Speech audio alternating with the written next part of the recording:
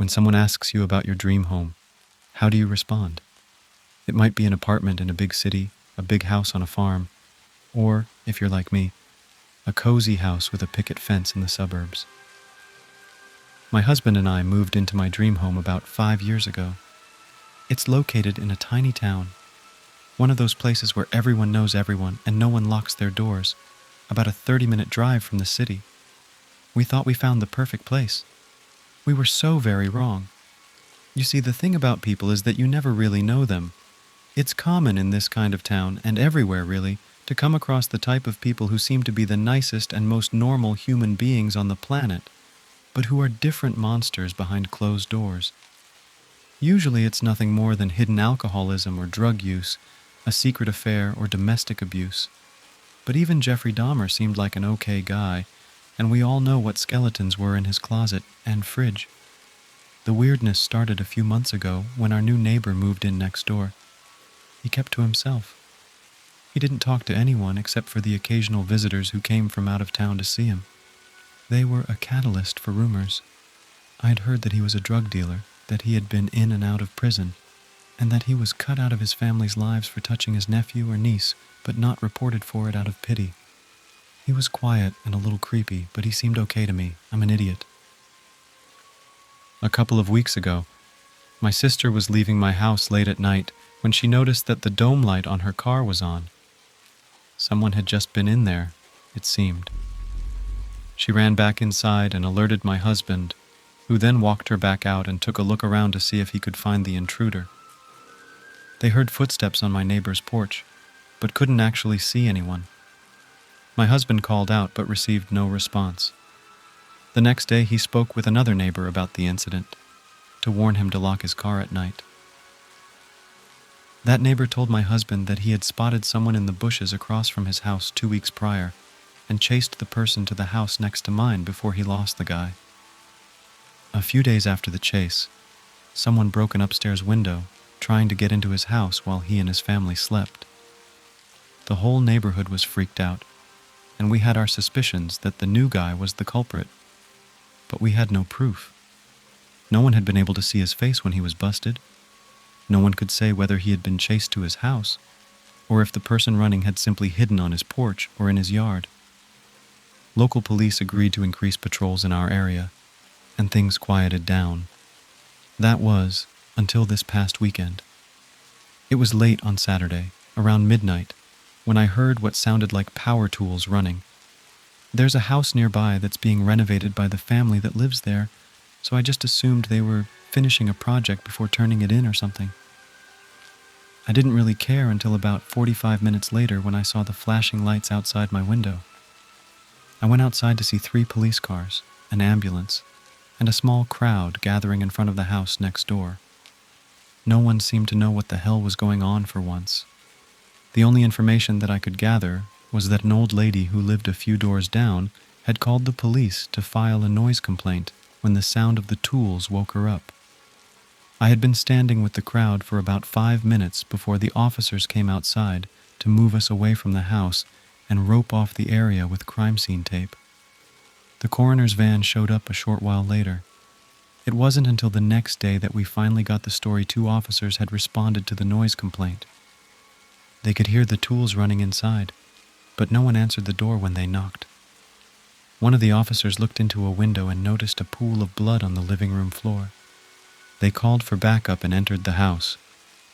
My next-door neighbor had killed some woman, dragged her down to his basement, and was using a power saw to cut her up into pieces. When the police entered the basement, he panicked and used the saw to end his own life. Apparently, he almost completely decapitated himself. As gruesome as the details of this heinous act were, the murder-suicide wasn't the thing that caused the most unrest in my little community. He had a large, hand-drawn map of the town hanging in his basement. Each house was drawn as an empty square, and each square had notes written inside. How many people lived in the house, whether or not they had dogs, and the best time and place to enter the home undetected. He also had a stack of photos on a table near the map. He had taken pictures of every house on our street, some at night and some during the day, some from the outside and some from within.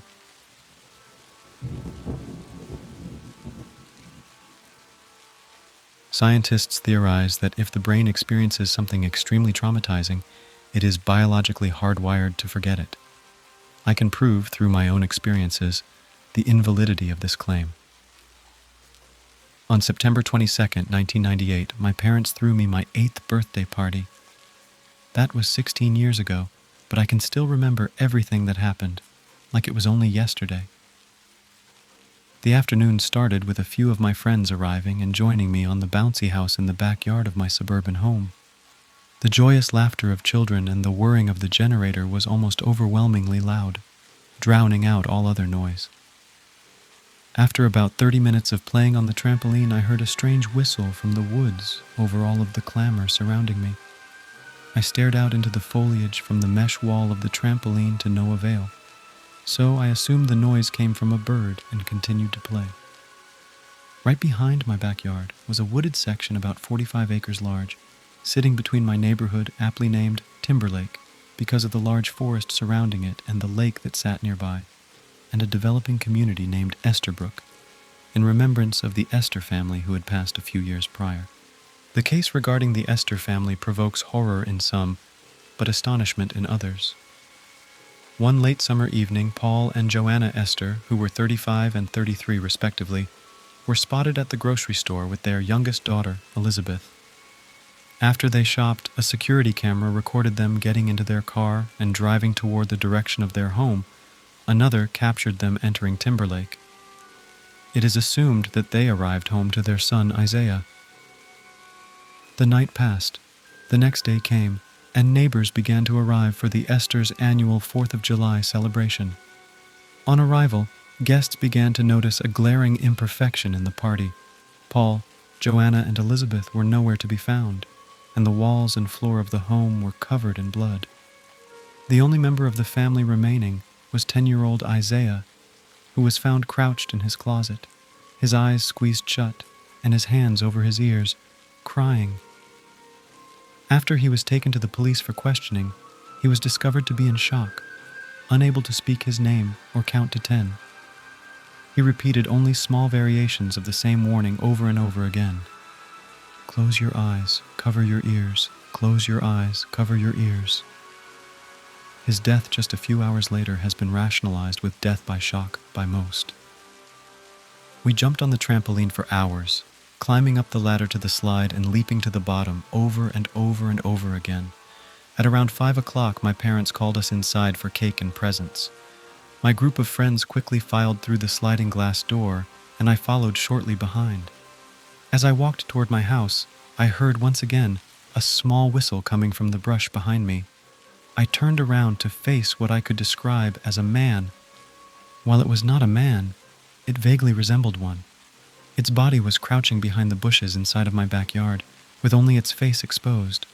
The face held eyes, ears, a mouth, and a nose, but reflecting on that day, I realized this creature was not human. Its eyes were slightly too large, its nose just a little too small, its ears drooping too far down on its face and its mouth. God, how I dread to think of its terrible smile. I quickly ran into my house and just about tackled my parents, slamming into them to warn them of what I found outside in the backyard, but they didn't listen. They thought that, as a child, my overactive imagination was playing tricks on me.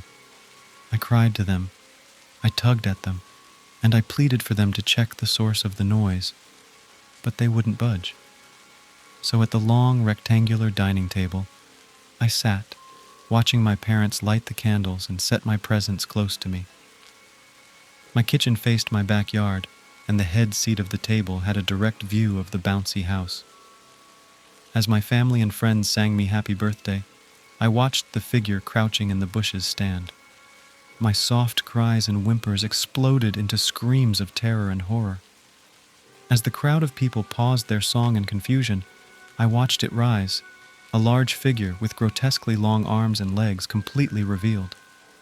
Looking back on this moment, my suspicions that this thing was not human are all but confirmed.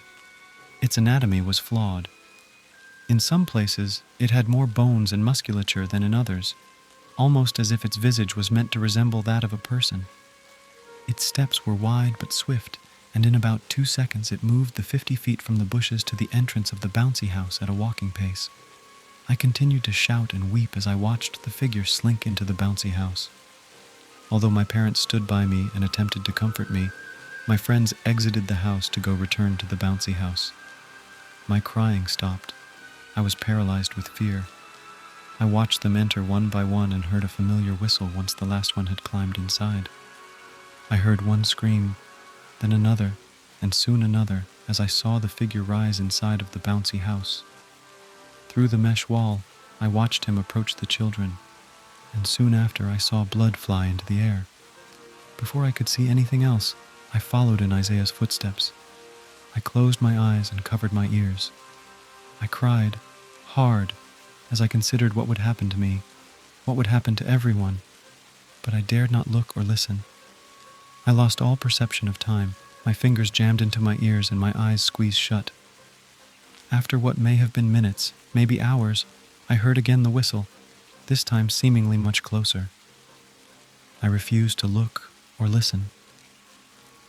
I thought that there must be a reason I wasn't dead yet, which I attributed to my following of Isaiah's example. Maybe, I thought, if I don't look at it, it will leave me alone.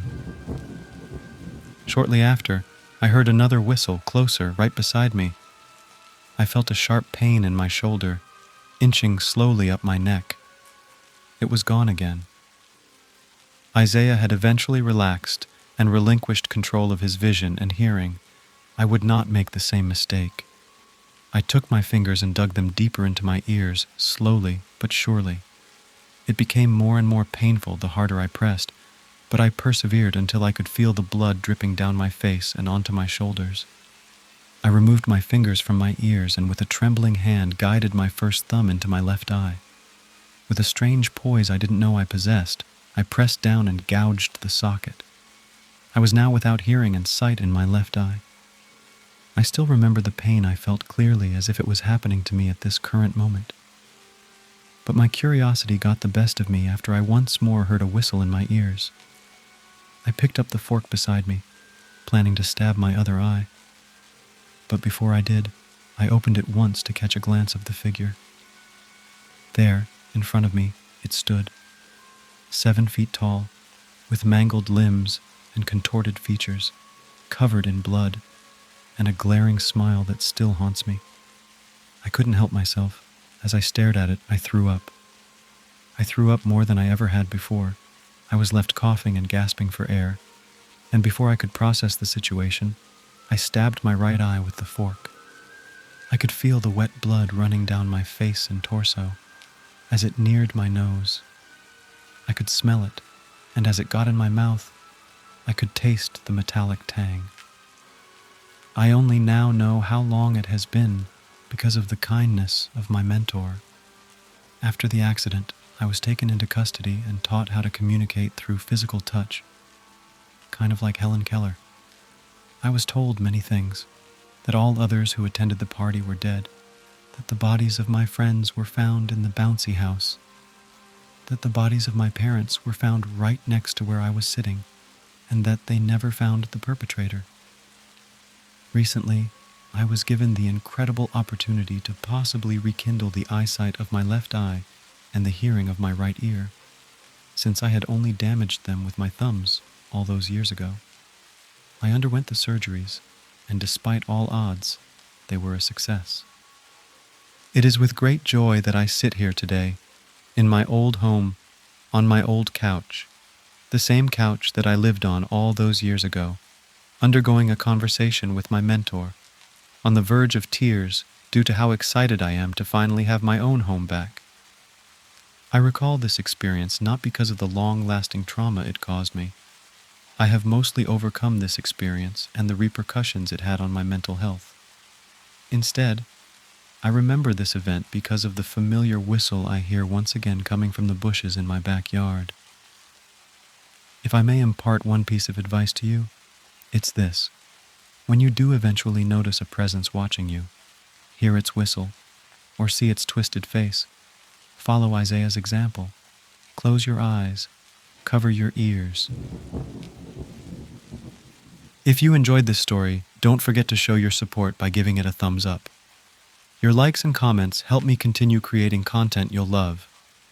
And if you haven't already, please consider subscribing to my channel so you won't miss out on more exciting stuff.